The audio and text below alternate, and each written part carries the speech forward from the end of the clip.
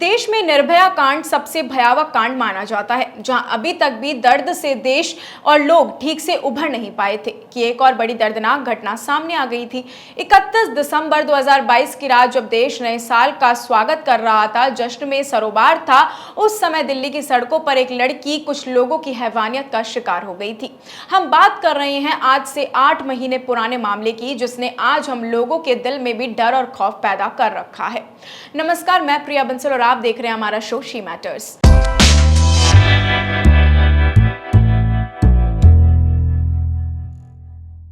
दिल्ली के कछावला में देर रात एक कार ने स्कूटी सवार युवती को टक्कर मारी और उसे घसीटते हुए कई किलोमीटर तक आगे बढ़ती गई।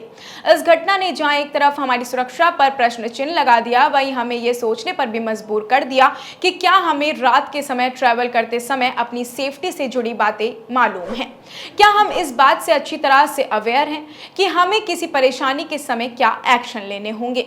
शायद आप में से ज्यादातर लोगों को नहीं पता होगा कि देर रात अकेले ट्रैवल करते समय आप अपनी सेफ्टी के लिए क्या कर सकते हैं। आइए आज हम आपको इसी बारे में डिटेल से बताते हैं।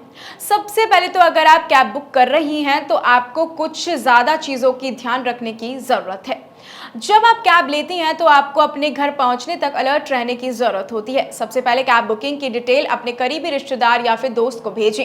अपनी लाइव लोकेशन, गाड़ी का नंबर, ड्राइवर का नाम और मोबाइल नंबर अपने परिवार में किसी को भी भेज दें। अपना इंटरनेट कनेक्शन हमेशा चालू रखें, मोबाइल में नेविगेशन ऑन रखें, मैप पर चेक करते रहें, देखें कि ड्राइवर सही रास्ते का इस्तेमाल कर रहा है या फिर नहीं। और अगर कैब ड्राइवर के साथ कोई भी है तो आप सर्विस लेने से तुरंत मना कर सकती हैं। आप कैब या ऑटो किसी में भी जा रही हैं, इससे पहले से ड्राइवर के साथ कोई और बैठा हुआ नहीं होना चाहिए। अपनी सेफ्टी के लिए पर्स में मिर्च के स्प्रे रखें। किसी भी आपातकालीन स्थिति में स्प्रे आंखों में डाल दें। कभी भी अपनी यात्रा के दौरान सोए नहीं, बल्कि पूरी तरह से अलर्ट रहें। किसी भी विपरीत परिस्थिति में तुरंत करीबी को कॉल या मैसेज करें और अपनी लोकेशन ट्रैक करने को कहें।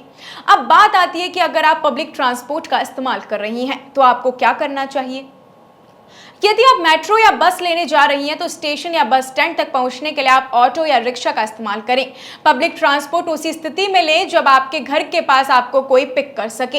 यदि आपके पास पब्लिक ट्रांसपोर्ट के अलावा कोई ऑप्शन नहीं है, तब भी आप बस की जगह मेट्रो लें। मेट्रो में कैमरे लगे होते हैं, इसलिए किसी भी अनहोनी की संभावना नहीं होती है। देर रात किसी भी ऐसी बस में न बैठे जो आपके रूट के लिए नहीं है या फिर खाली है। आपके लिए बेहतर है उस व्यवस्था में ही कैब में या फिर मेट्रो में ही ट्रैवल करें। अब बात आती है कि अगर आप अपनी गाड़ी से ट्रैवल करती हैं तो आपको किन किन चीजों का ध्यान रखने की काफी जरूरत है। अगर आप रात के समय अपनी गाड़ी से ट्रैवल करती हैं तो ध्यान रखें कि अपने किसी करीबी को अपनी लाइव लोकेशन जरूर भेजें। किसी अनजान को लिफ्ट ना दें, उसके गाड़ी रोकने पर ना रोकें। अपनी गाड़ी में सेफ्टी के लिए कुछ ऐसी चीजें रखें जिनका इस्तेमाल जरूरत पड़ने पर किया जा सके, जैसे कि नुकीला चाकू, मिर्च या फिर स्प्रे आदि।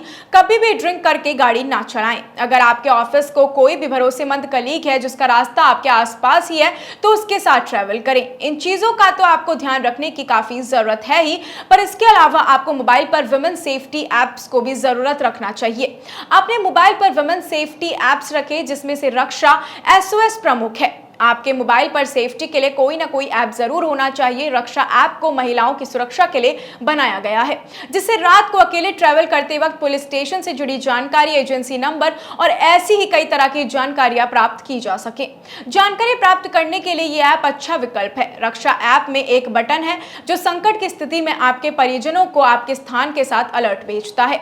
आप उसमें अपने कॉन्टैक्ट्स को चुन सकते हैं जिससे आपकी लोकेशन उनके पास पहुंच जाए। इसके अलावा आप ऐप बंद या फिर काम नहीं कर रहा है तब भी आप केवल 3 सेकंड के लिए वॉल्यूम बटन दबाकर अलर्ट भेज सकती हैं। ऐप में SOS कार्यक्षमता भी है और गैर इंटरनेट क्षेत्र में फंसने पर यह SMS भी भेज सकता है। यदि ऑफिस में काम ना हो तो बेवजह ना रुके। यूपी सरकार ने कुछ समय पहले ही सरकारी और प्राइवेट सेक्टर में काम करने वाली महिलाओं के लिए कुछ नियम बनाए हैं, जिनके तहत महिलाओं को ड्यूटी किसी भी क्षेत्र में शाम 7 बजे से सुबह 6 बजे तक नहीं करवाई जा सकती। योगी सरकार ने ये भी कुछ नियम लागू करवाए हैं। अगर किन्हीं कारणों से किसी महिला एम्प्लॉय की ड्यूटी शाम 7 बजे से सुबह 6 बजे के बीच में लगानी है तो उसके लिए उसकी लिखित अनुमति लेनी पड़ेगी। बिना महिला की अनुमति के रात के समय में उसकी ड्यूटी लगाई गई है तो सीधे कार्रवाई होगी। अगर कोई महिला शाम 7 बजे के बाद काम करने से मना करती है तो कंपनी या संस्थान उसको नौकरी से नहीं निकाल सकता। इन सब के अलावा उसको वुमेन हेल्पलाइन नंबर का इस्तेमाल भी करना होता है। वुमेन हेल्पलाइन जो कि ऑल इंडिया नंबर में लागू है, जिसमें कि 1091 है। वहीं अगर पुलिस की बात की जाए तो आप 100 पर डायल कर सकते हैं। इन सभी नंबर्स का आप अपने मोबाइल पर फास्ट डायलिंग लिस्ट में सेव करके रखें और किसी भी परेशानी में इनका इस्तेमाल करें।